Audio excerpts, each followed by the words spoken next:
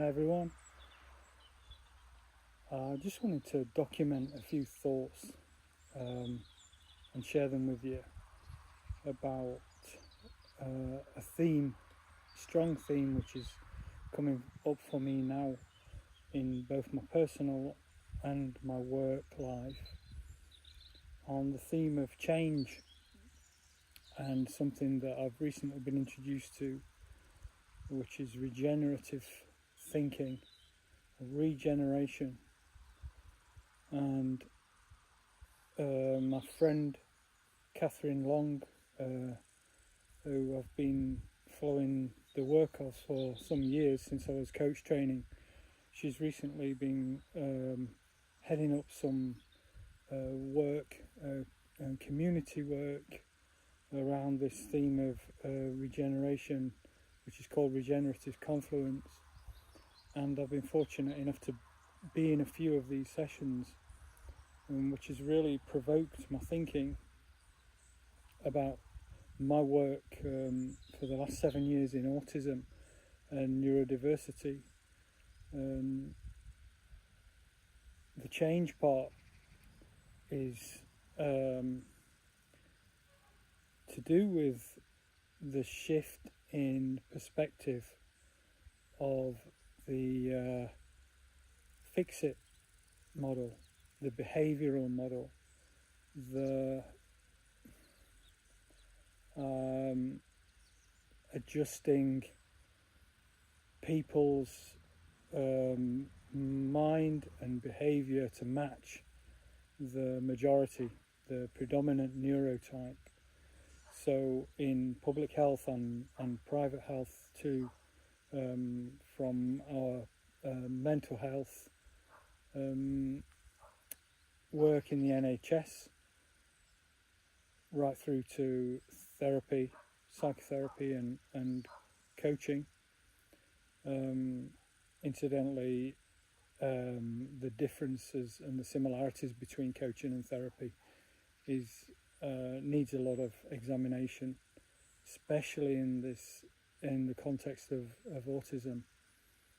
So what's driven my work, what's driven me for most of my life, is self-inquiry. And so when autism was introduced to me personally as a concept, a construct, and I was informed that I met the criteria for someone with Asperger's and ADHD, and I sped up this self-inquiry, because autism is from the Greek word autos, meaning self.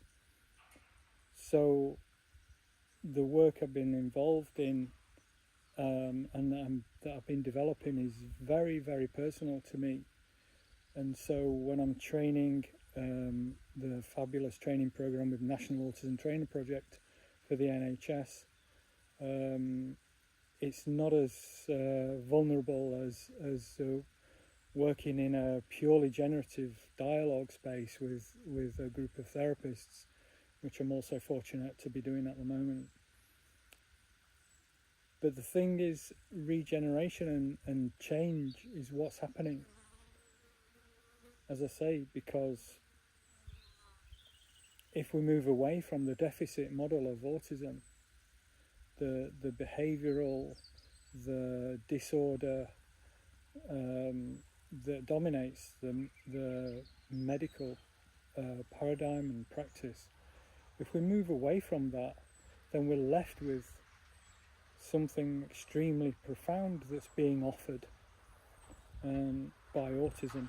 And what I mean is something that my friend and colleague Hannah de Jager, the philosopher, she points out that enaction and an active theory suggests that new science in cognition, social cognition, suggests that what is arising is an opportunity. Whatever is arising is an opportunity, and in the sense of of cognitive science, there is an opportunity, and she asks the question, what exactly is social cognitive science bringing at the moment? What is it offering? What's its opportunity? So that's been extended to autism. And what is autism bringing? Well, autism is possibly bringing the whole of humanity the opportunity to relearn what it is to be a self. Because essentially, we're talking about a neurotype, a set of neurological traits which are pronounced enough and identifiable enough in a certain subset of people to be given a name. And the hegemony of the legacy of autism began in a medicalized way, but the hegemony of the medical establishment and the predominant neurotype has meant that perhaps this is a disorder and there's something wrong, and in comparison to the majority neurotype, it needs correcting. So this is the view of the zeitgeist, the predominant neurotype. So in this time of huge change where we can't do that anymore, we can't try and change people, it's not working, the statistics are there,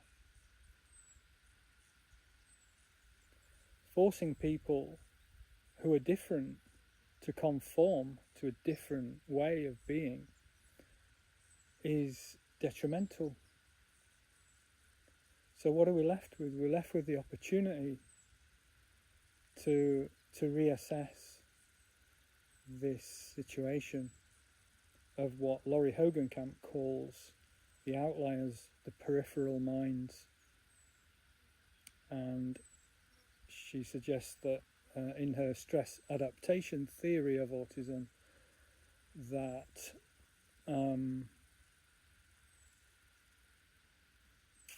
traditional societies, the unusual people, the outliers, were left alone, and actually, rather than just left, incorporated and seen as essential to a dynamic society.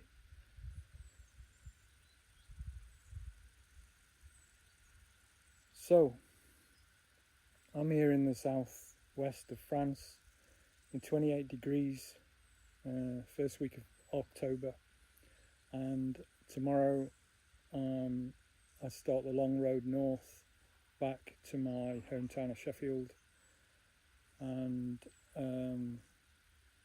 this is a time of personal change for me, and I'm not exactly looking forward to the weather, for one thing, but it's absolutely glorious and reliable, and reliability is something that's really important to me. Predictability. The weather forecast's usually right. 9 times out of 10 it's right. If it's going to be raining, it'll tell you when it rains. I'm not looking forward to the noise, the congestion on the roads, sharing the roads and sharing spaces in built-up areas with many people. I find it overwhelming, so that's why I come to the countryside, the peace and quiet and the clean air and nature to revitalise and recover and revitalise. But with the benefit, the wonders of technology and the benefit that Zoom and virtual spaces offers, I've been able to learn about regeneration with other people, and I've had some absolutely fantastic conversations. In fact, just yesterday, somebody who gave me one of the best compliments I've ever received was that person said that they love listening to me. And I hope you'll love and listen to me because I'm going on a bit now. But this person also linked. Now, in my check-in, I talked a little bit about Sufism because I spent 20 years in a Sufi order outside of mainstream society. And when I checked in with this in this regeneration group, this person then followed up by actually quoting a Sufi and talking about the miracle of the one and the many, unity and multiplicity, and how that's really pertinent to the way. Now I'm just coming to a final point here. The way that Erin Manning talks about autism, another philosopher, and so there's a match here between my experiences in spiritual tradition and autism. And Manning says that something like autism is the direct perception of experience coming into being.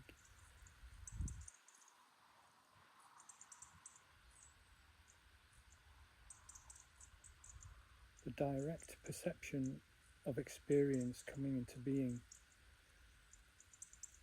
That's been taken as a deficiency in filtering.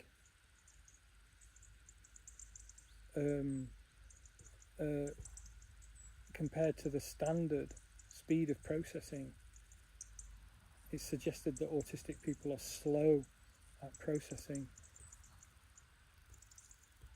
So who sets that standard?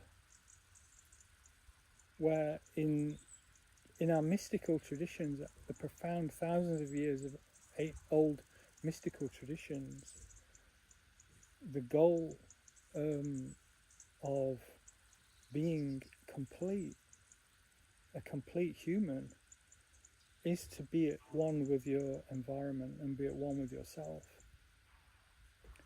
So that suggests to me that autism is closer in some ways, this construct. Autism is closer to a more natural way of being human, and that it's the environment and the predominant ways of being that forces autistic people to be different, to be labelled, to be stigmatised. These are autistic people are hypersensitive people. And hypersensitive people need something more than medicalisation.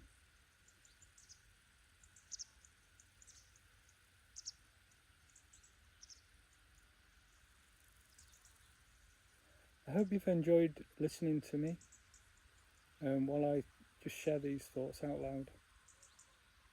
And yeah, I appreciate it. I don't know where I'm going to post this, but wherever I post it, feel free to respond. And yeah,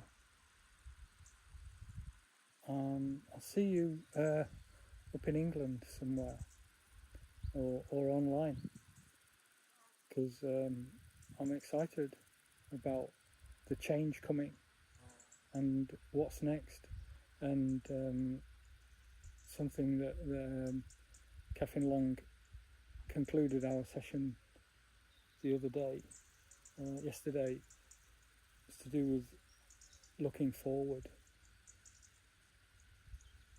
And that's what I'm going to be doing from now.